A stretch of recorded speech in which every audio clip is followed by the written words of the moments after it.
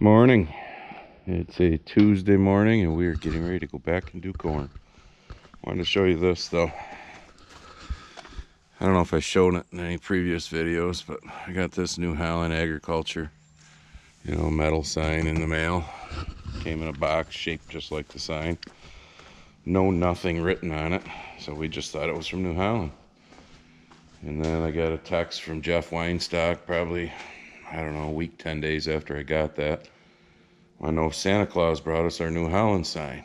So obviously we didn't get it from New Holland. So thank you, Santa Claus Weinstocks.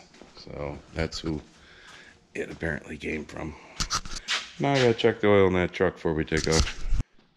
Also, before we take off for the field, I got this all cleaned up and put there. I don't know whether it's gonna stay there, but it's out of the way for now. It might stay there because the combine will go here, the cart will go here. And I got the tongue pulled around, so I got enough room to park a tractor or something in there for the winter. I don't know. We'll find out. So, but it's out of my way.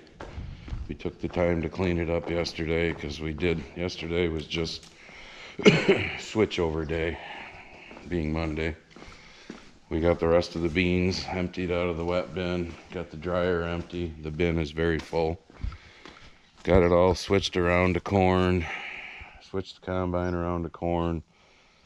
Basically about, I don't know, 5 o'clock or so last night, Barb and I went back over there where we're going today, the Boot of Italy field, and filled this truck, which is why it's sitting here. Dumped it so that we could, well, first of all, we had to fill this truck with dry corn out of the bin, put it in the wet bin, filled the dryer. That way we don't have to do the screwing around with the pipe out back deal. And I got one load in there ready to fire the dryer up when we take off. The corn went from being 21, 22, even 23% when we were doing it before to last night. This load was between 17 and 18. So she ought to whistle through the dryer now, that's for sure.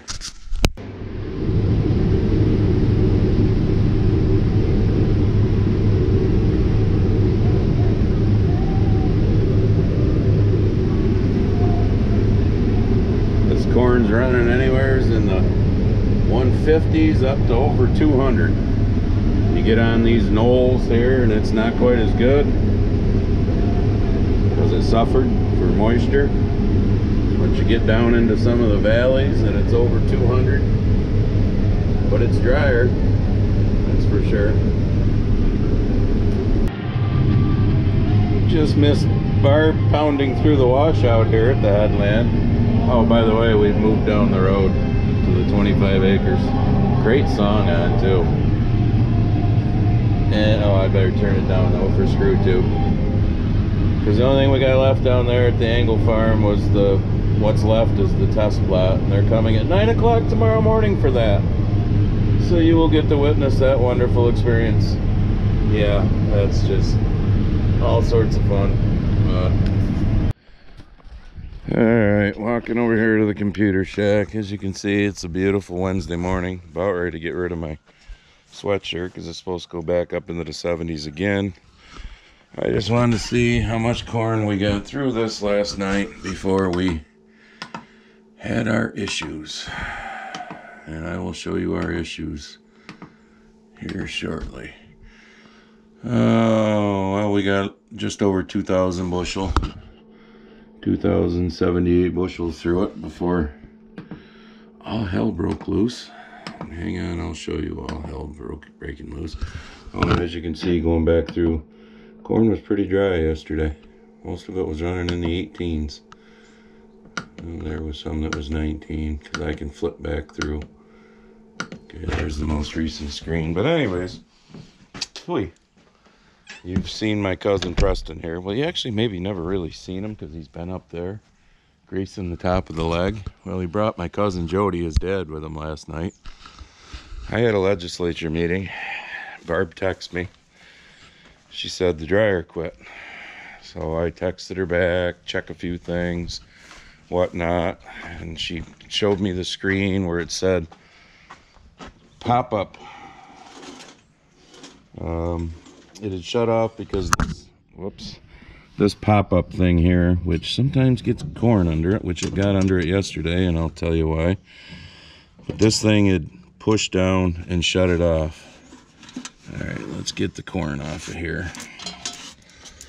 The reason why it pushed down and shut off is because it's designed to, when the leg plugs in this plate here, trying to do this so you can see, this plate here pushes back and it makes that pop-up valve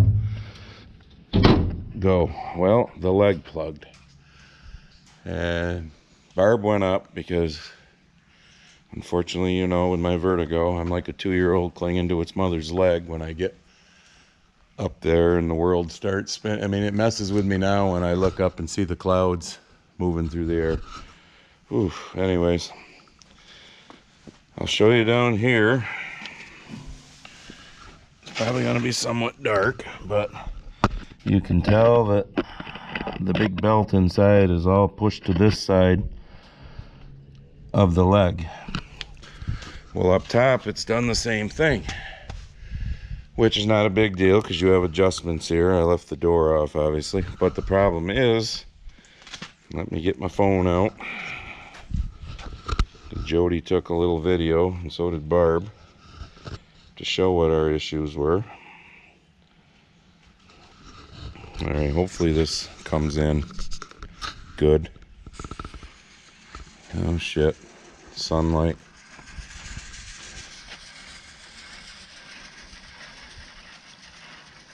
All right, it's wearing right into the angle irons that hold the bearing. It's literally cut a hole into the side of the leg up there. I'm gonna try that again in here.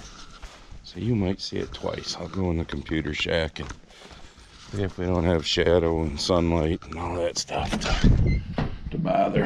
All right, let's turn the light on. Let's see how this will work. Oh, I think this will work better. See the hole right in the side of the leg where it's all shifted over and grinding right through? And that collar has come loose and shifted out. But it's also cutting right into those angle irons that hold the whole bearing housing.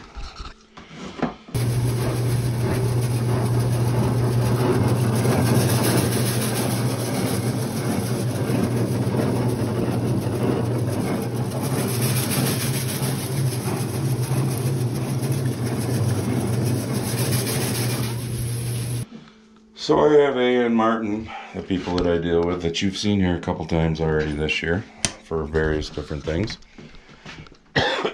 Coming. They said they were, when I called the guy at 7 o'clock this morning, he luckily was there, and he said he was just making up a ticket because last night I texted that little video to another guy that works there. His family owns one of the local Mennonite, well, it's like a feed store, hardware store. He now lets his kids and wife run that, and he works for this bin company. So I had his cell phone number, so I texted him the video just to show him. And when I called this morning, the guy said, yep, I was making a ticket up because Doran showed me your video, or told me about what happened. So they are supposed to be coming sometime, hopefully after lunch. So, because, oh, the sun is bright. Because the weapon, I don't know how well you can see it, but let me try to zoom in. The bottom eye up there, the second one, is still yellow because there's corn. The top one's not, so that means it would fit maybe one more truckload, which we do have the Freightliner full. And we were supposed to do the test plat 15 minutes ago because it's 9:15 now. So obviously I called and canceled that and told those guys tentatively, let's hope we can do it tomorrow if we get our issues here fixed. We got it unplugged, that bottom door I showed you. Oh, that's fun. When you take that off and all the corn starts running down. And then I stood in front up on the electrical panel and held a screwdriver into the switch to make the leg run while my cousin Preston shoveled it back into the back of the dryer there to go into the leg, the piles. And Jody and Barb were up top, and I mean, it's not making a noise. You never would have known it was going on because you couldn't hear it. It's weird. And the weird part is, Jody said, on the other side, because this is on the belt drive side, on the other side where the chain drive is, the chain is still in line. So if the shaft had moved, then that shouldn't be in line anymore. And if the drum that's on the shaft, which is welded on it, somehow broke loose, then the belt itself shouldn't even turn, because the shaft should just be turning inside the drum. I don't know. It's just another one of those, hey, it always happens here things, and who the hell knows why, who the hell knows what, but hopefully this afternoon we get it figured out. Oh, and obviously when I get rambling, I like forget to tell the whole story or something. But anyways, I was at a meeting, one of my legislature meetings, and Barb texted me, and that's when we decided what finally went wrong, or why the dryer quit. So I left my meeting and came home. So basically we were out here in the dark last night till, I don't know, 9:30 trying to figure this out. So, but it is what it is. Good news, they showed up early. Guy's up there right now taking the top cover off. Oh, which is good because we got to get the wet bin empty anyhow, plus the one truck. So hopefully it's nothing horrible, but we will find out. All right, update. Here's a box with a bearing. Used to be two. Another guy's coming out. There's a new shaft and the new roller that the green leg belt rolls around for up top.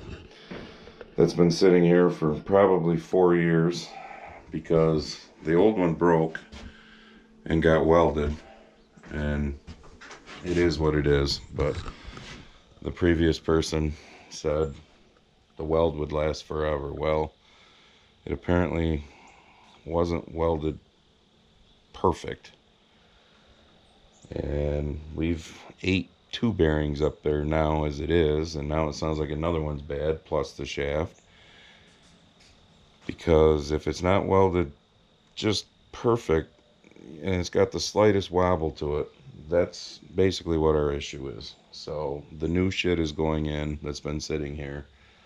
He just called a guy back at the shop who's coming out to help him because we got to split the belt, hold it up there. He's going to use ratchet straps and stuff. Put the new shaft in. We're going to put a new gear on the one side because the teeth are starting to get a little curl to them.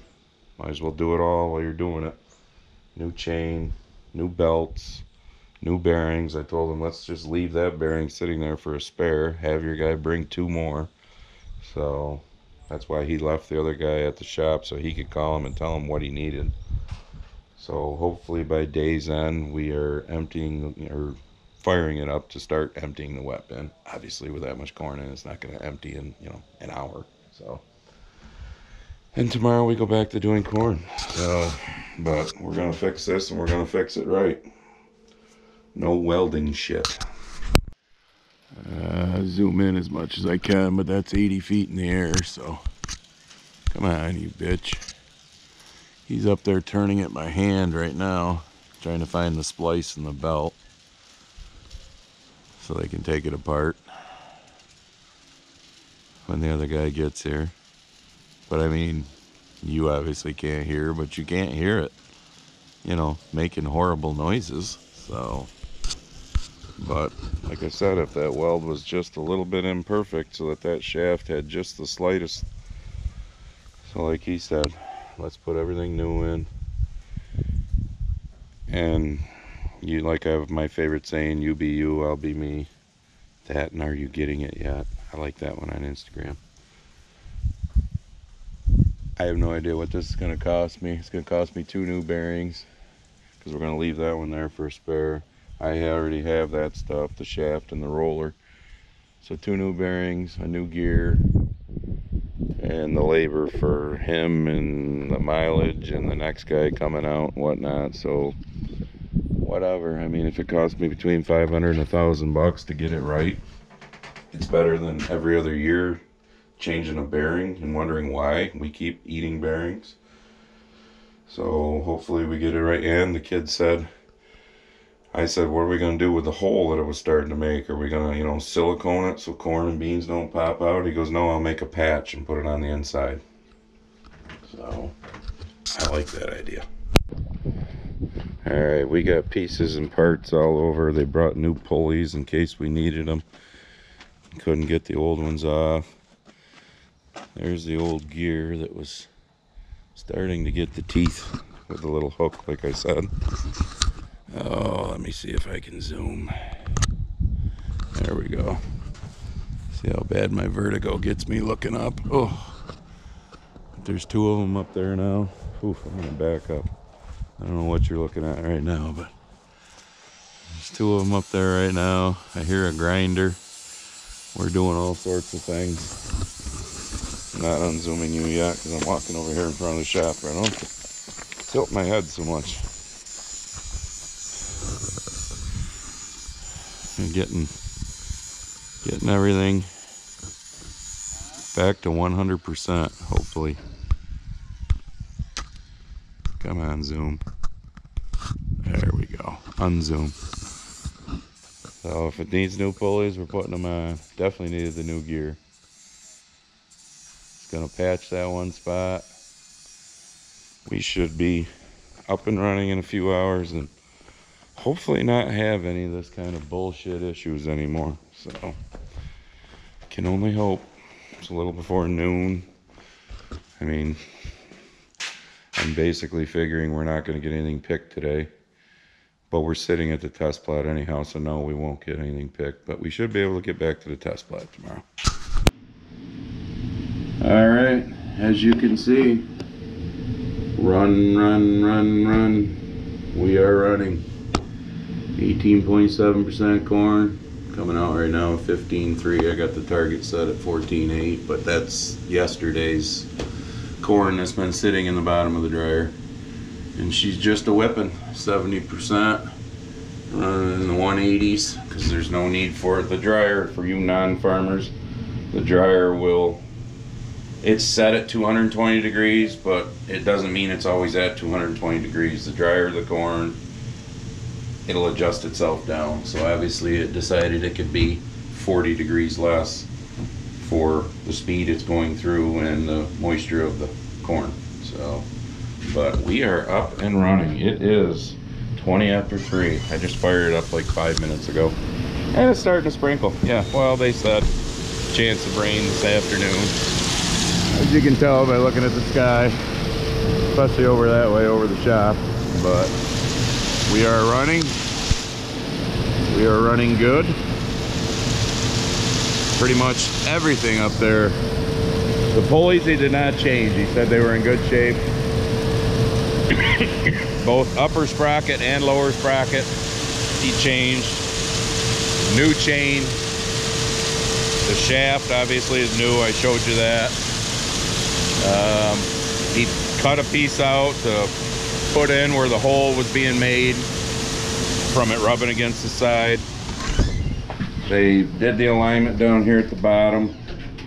Here's the old shaft, or the old shaft, yeah. The old small sprocket, which I think we replaced a couple years ago. Still in decent shape, but if you're gonna replace one and the chain, replace them both. Don't be that cheap. So I think tomorrow I'll film a little bit of the test plot. Oh, I gotta go call those guys and tell them we can be on for test plot now that things are running. And call this a video after I film a little of that.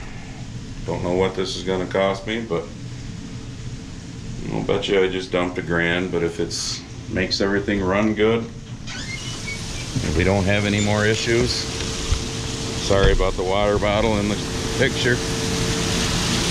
Downtime costs you money. People don't realize that when you're a self-employed person, especially in this business, because like I said, now it's it's 20 after 3, 72 degrees and sunny today, that we wasted this much time, and now I got to get that wet bin down. So tomorrow's another day, but we will be test plotting. All right, so it's test plot day. This is, we're gonna call this Team Pioneer, even though, because you're with the Pioneer guy. Right. Although the other one's not here yet. He's late. Well, no, he's not. We got 2 minutes. Barb's getting coffee because he brings coffee and donuts. So, oh look, he wore the Pioneer sweatshirt too. I didn't realize that. All right, so tell us who you are and why you're here. I'm Brett Vogt. I'm here. I'm interested in agriculture, production stuff. So. I'm Gavin Tufo. I'm interested in agriculture too, and I'm here to see the grumpy farmers. So that's a good one. And they're juniors in high school, and they got to get out of school today. So yeah. Copenhagen Central. Copenhagen Central. That's the best reason right there. All right, so we will film some of the test plot when we get there. All right, it's test plot day. As you can tell, we're sitting, waiting for Barb to come back to dump our second one. We went down the other end of the field and dumped the first. He's got the cake job. He just gets to sit here in the buddy seat and write stuff down. Yep. He writes down what I tell him. Sucks, good, not bad, whatever. The other kid's out there walking, measuring the rows with his little wheel thingy. So he got the shit job. Well, they both got a good job. They got to get out of school today. Yep. So this is what we do, and if you all go back to last year's videos, you'll see the same thing. Pick 8 rows, dump. Pick 8 rows, dump. And I'll try to show you when we're going down through what's happening on the other side of the road.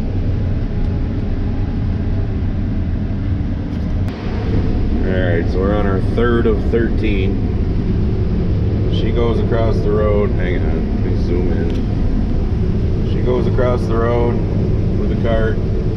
Dumps it on the weigh wagon, and they weigh it, test it for moisture, test weight, all that happy horse shit, and then they dump it out of the weigh wagon into the truck. Then she comes back for this next 8 rows, which we dump down here. Whoops, I probably. All right, so I'm gonna call this video. I'm over to Scotty's 80 acres. My last time around the headland here, oh excuse me, just ate my lunch on the 20-acre field south of his house. Not bad. I mean, headlands, we're in the 170s, 180s. 19%. Test plot's done, so I'm calling this a video, and we'll see you in the next one. And for you haters that keep watching and leaving multiple comments that are just fucking stupid in plain English, Fred Jones and Willie Hicken, you know, get a life. You're obviously a closet conservative because you're watching. You know, oh, I only watch a few videos. Why do you comment on everyone?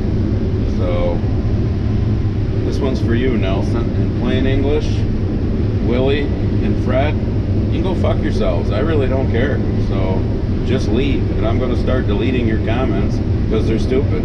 Fred says, I can't think of one thing Trump did for this country. Yep. Well, he never looked at his fucking watch when there was 13 dead soldiers coming off of a plane, that's for sure. So fuck you.